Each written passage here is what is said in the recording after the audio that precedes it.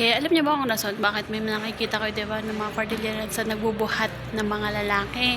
Okay, na syempre na-feature na, like meron na-feature na talaga lagi nagbubuhat, like Carrot Man, ganyan. Tapos meron pa yung Electric Man, parang something na nabisa Visayas.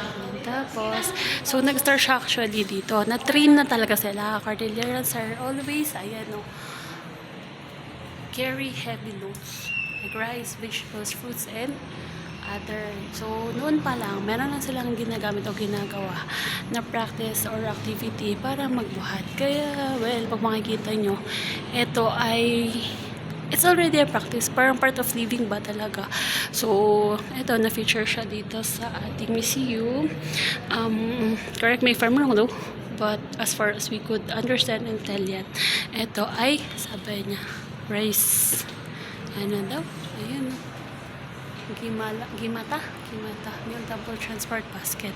Tapos, so dito nalagay yung rice na ipapound nila. Ipapound yung ilalagay nila dun sa pinakasta sa inyo sa previous videos kung saan sila ipapound yung rice para magkiwalay yung kanyang cover at saka yung rice. Tapos, dito nila i-store.